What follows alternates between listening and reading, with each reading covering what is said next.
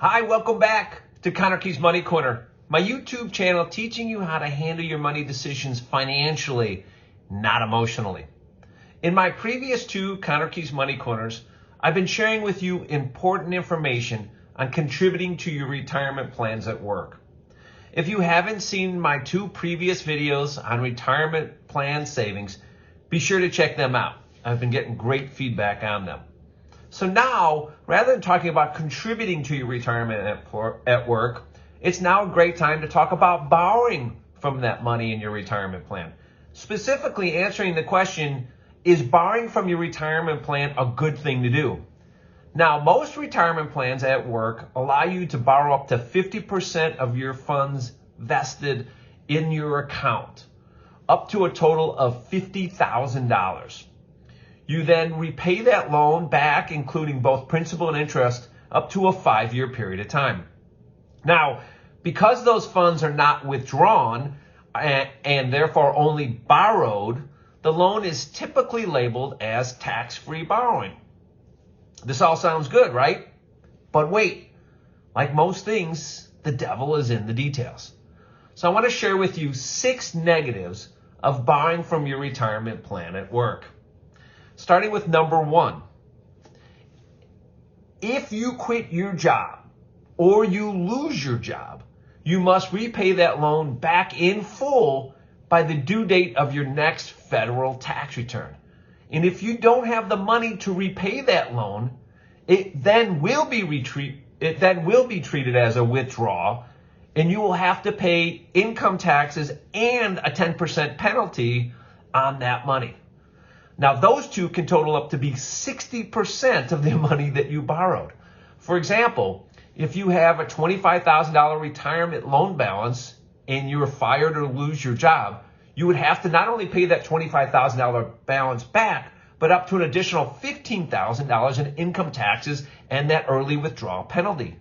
Those two amounts total up to be $40,000. Paying $40,000 to get at $25,000 is a terrible financial decision. Number 2, the borrowing costs are very high on these loans. The typical interest rate on a work retirement plan loan in January of 2023, as I record this video, is between 8.5% and 9.5%. And in addition, 80% of plans also charge origination fees and other expenses. Number 3, the loan is not really a loan. In order to get your money, you must sell the investments and the shares in your plan. If stock prices are down, like they are now in January of 2023, down 20% year over year, you're going to sell those investments at low prices. But when you put the money back into the plan through your loan repayments, prices most likely will be higher. Therefore, you're selling your investments low and buying them back high and violating the oldest rule in investing. Number 4, you don't pay yourself back, which is what I hear all the time people say when they talk about these loans. But instead, you invest money to merely restore the value of your account back to where it was at its former level, using money that you could have used to increase your account value even higher. Number 5, and this is a big one. The money you use to repay the loan is taxed twice. Yes, you pay taxes twice. You will pay up to $2 for every dollar that you borrow. This is because when you pay back the loan, you pay it back with taxed income. And when you go to withdraw that money back in retirement, it's going to be taxed again. Double taxation. Ouch. Stay away from that. Finally, number 6, and also another big one. While the loan is in force, your money is not growing because that money is no longer allowed to be invested inside your retirement plan. IRS regulations require that money you take out in a retirement loan, that same amount of investments in your plan has to be sold and no longer investment. This is because the IRS prohibits the use of retirement funds as collateral to a loan, also known as trading on margin. Taking that money out of your investments in your retirement plan, it will cost you huge sums of money that will dramatically reduce your retirement nest egg down the road. In fact, a study by T. Rowe Price showed that a $10,000 loan would reduce your balance at retirement by $100,000. I think of the famous quote from billionaire investor and vice chair of Berkshire Hathaway, Charlie Munger. What he says on this is the first rule to compounding is never interrupt it unnecessarily. So in conclusion, your retirement plan is not an ATM. It is not a home down payment source, a new car loan, a consolidation loan, a vacation loan, etc., etc. It is a retirement plan.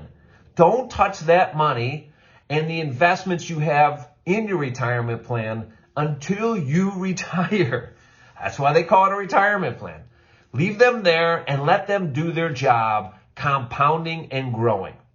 Don't forget, the keys to unlocking big wealth in retirement are compounding in time and never interrupting it. Now, if you currently have a retirement loan and you're hearing this and are concerned, as well as you should be, pay it off as fast as you possibly can so all your money in your retirement plan is back and you're 100% invested. And do that now while the stock market is lower. You want to avoid doing that in the future when markets are higher. And if you don't have the money to pay them back and to pay it back in full and you own a home, look at a home cash out refinance or a home equity loan. Remember, mortgage and home equity loans don't come with those 6 negatives that retirement plan loans have. Now, if you have any questions or comments, as I always tell you, go ahead and post them down below here on my YouTube channel. And also, feel free to contact me directly if you have any specific questions regarding all of this and, most importantly, how it affects your personal situation. I'm more than happy to take your calls and help you out with it. Don't forget to subscribe to Conarchy's Money Corner videos. I look forward to talking to you next time on Conarchy's Money Corner. Talk to you soon.